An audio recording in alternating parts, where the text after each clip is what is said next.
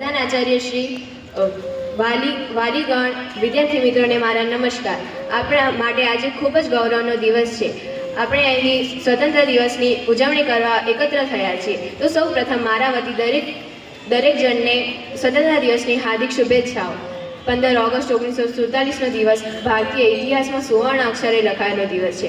આ દિવસે આપણને લગભગ 200 વર્ષના બ્રિટિશ શાસનમાંથી આઝાદી મળી હતી. આ આઝાદી આપણને સરળતાથી મળી નથી. આ આઝાદી મેળવવા માટે ઘણા શૂરવીરો વ્યક્તિઓએ પોતાનું બલિદાન આપ્યું હતું.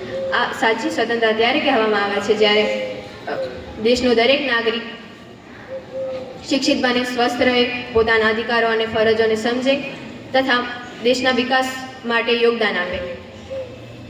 દેશના ભવિષ્યના નિર્માતા આપણે જ છીએ. આપણે દેશનું ઘડતર કરવાનું છે. તેથી આપણે સુવ્યવસ્થિત શિક્ષિત બનવું પડશે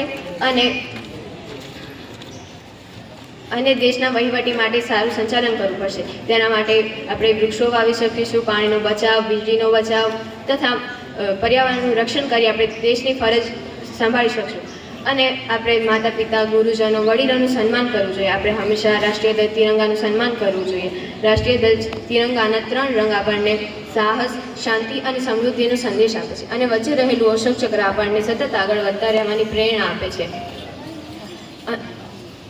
દેશના સ્વતંત્ર સેનાનીઓને આપણે હૃદયપૂર્વક નમન કરીએ છીએ અને સંકલ્પ કરીએ છીએ કે તેમના સપનાનું ભારત બનાવવા માટે આપણે ઈમાનદારી, મહેનત અને એકતાથી આગળ વધીશું. અંતે મારી વાણીને વિરામ આપતા એટલું જ કહીશ કે આન તિરંગા શાન તિરંગા, દેશ કા સ્વાભિમાન તિરંગા. અસ્તુ. જય હિન્દ, જય ભારત.